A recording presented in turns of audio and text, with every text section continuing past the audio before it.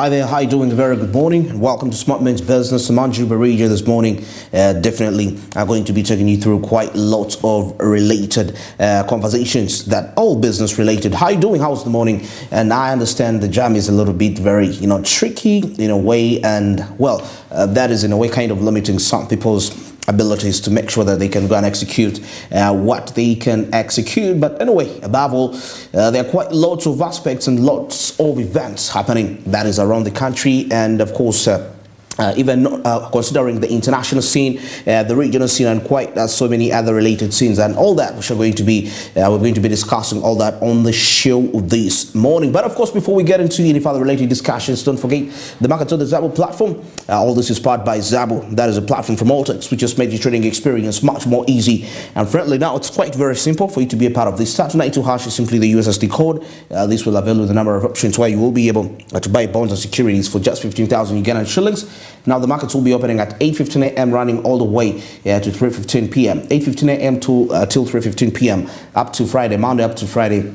Yes, the markets open at that time, Monday to Friday, except on the weekends and the public holidays when these markets can't be accessed. But of course, despite the fact you have the rest of the days to capitalize and make yourself quite some huge profit, something which I believe is very key and vital for your personal growth and development, you as a trader, and and so many other. You could be even pursuing a career, but this is just one of the ways you can actually save some good money for yourself. Now, Zabo says, buy money in my future, and Altex East Africa says, do something new for yourself.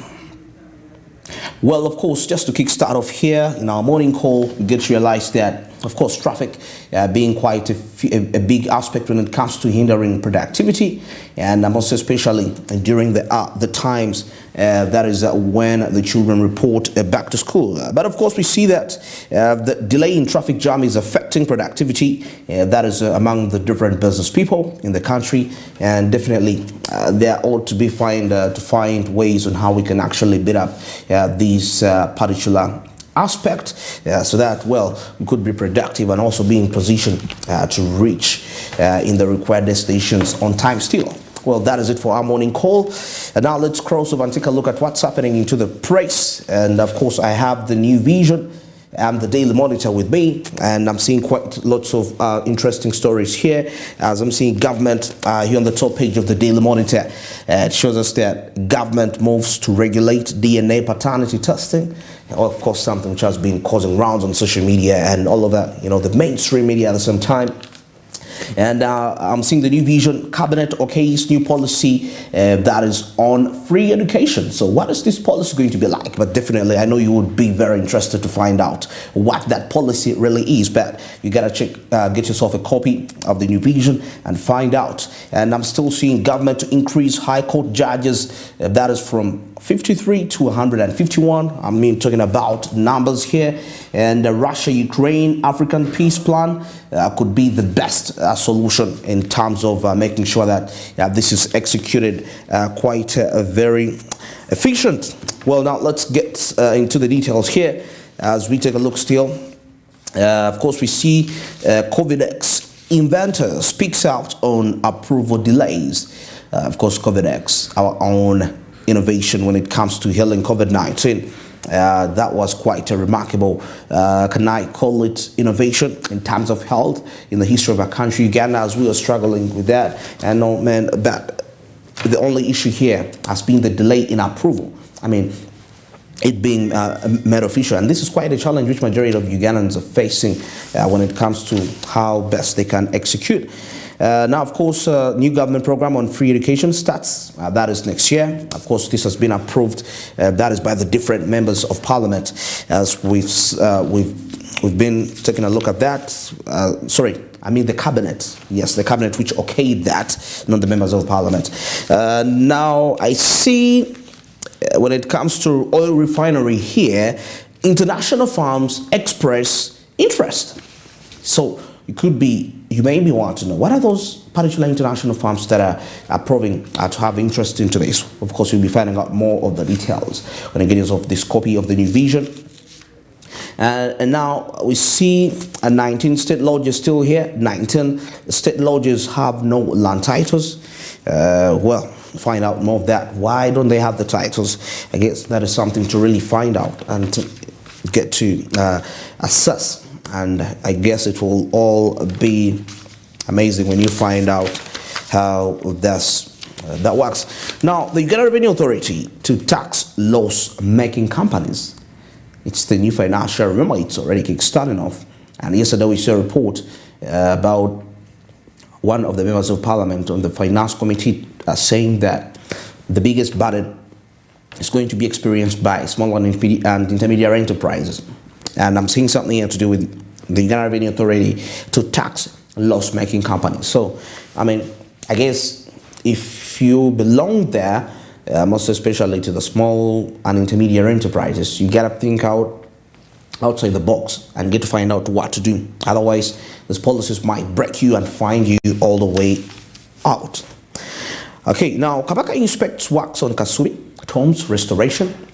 Actually, these tombs are have been put up together by UNESCO, and I guess this very year they're going to be handed over to Uganda as one of those cultural heritage sites, which is very remarkable when it comes to attracting tourists and earning the country Uganda some enormous revenue in there.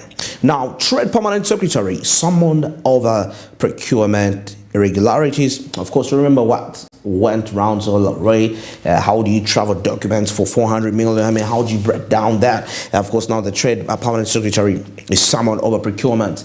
That is of irregularities. You'll be finding out more of that. Now, to put the new vision on hold a little bit, now let's cross over to the Daily Monitor and take a look. Okay, now court okays prosecution of ministers. That is in the Iron Sheet saga. Of course, the judge says allegations of fraud should be thoroughly investigated, and if proven, action should be taken to address this issue. It's resurrecting back again, something which, anyway, let us see how it really transpires. But of course, you find out further of the details when you get yourself a copy of the Daily Monitor to find out what it really does, what it entails. Now, we see here that aviation, Justice Ministry staff eat big in new salary structure. Now, the salary structure has been laid out here for the financial year 2023-2024. That is the salary structure for the aviation industry, and I'm seeing quite very huge wow, because I'm seeing here like a Director of Public Prosecutions 22 million, 22.5 million. The least person is actually earning 4M on this structure. So get yourself a copy, you find out how the structure is really at. And now, of course, government here moves to regulate DNA paternity testing, and at the same time as bishops speak out on rampant DNA tests, and of course they preach forgiveness. Okay, I mean, it's now becoming something rotating all around. I don't know. I know sometimes when you see something becoming an issue, sometimes ask yourself, why is it? And who's behind us? I mean, it's not by mistake that some of these aspects really come in a way. You know, there is, in most cases, they are agenda-based when it comes to when you look at that perspective. All right. Now, still in the Daily Monitor on matters to do with the NSSF probe, and now IGG gains NSSF. Pins NSSF over costly foreign trips. So what are these trips really entitled to, and what have they? How spendful are they to the extent that they have been affected? The agency, the fund agency. You'll find out more of the details when you get yourself a copy. That is of the Daily Monitor. All right. Of course, quite lots of. I'm seeing somebody here advising government to create an air route committee, and he says that it is imperative that a dedicated route development project is formed that is with a focused team to drive it. This is Derek Nsereko of Aviation. Well, that's opinion. All right. Now, here on the later of the day, I'm seeing something very interesting here as Musk's Twitter changes could feel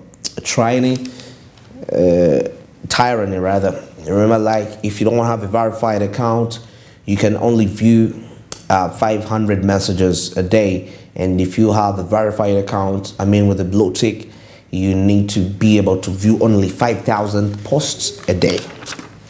Well, Elon Musk has always been coming out with quite lots of very interesting and funny policies for Twitter ever since he took over CEO of the company. But anyway, hope it's all for the good and the better of the company, because at the end of the day, what matters is the prosperity and the progressiveness of the company.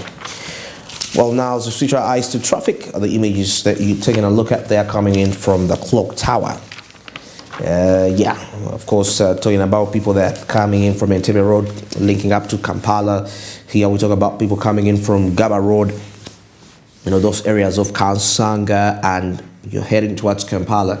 And many of those places link up to this area. And that's what we're observing the situation. It looks heading towards Kampala, the Entebbe Road connecting to Kampala Road. The road seems to be a little bit free. Though seeing quite lots of pedestrians, so still there is a human congestion there. Actually, that place, if it doesn't have human congestion, it has at least vehicles, one of the two. But either way, the bigger factor here is that there is congestion into that area. As always, seeing borders here are moving from one slot to another. And it's calm. It's actually a calm situation. But maybe what could have caused this is that the vehicles have been held their different respective places. Probably it could be closer there. Let's take a look. Yes, exactly. Now you can see the route coming in from the Gaba route, Kansanga, Kabalagala areas. It's quite packed. And actually, I think even some of them come from Chibuli when they're trying to avoid the access road roundabout congestion there. Some might opt to come towards the side as probably a shortcut, and maybe some are even heading to probably Wandega soon. They find themselves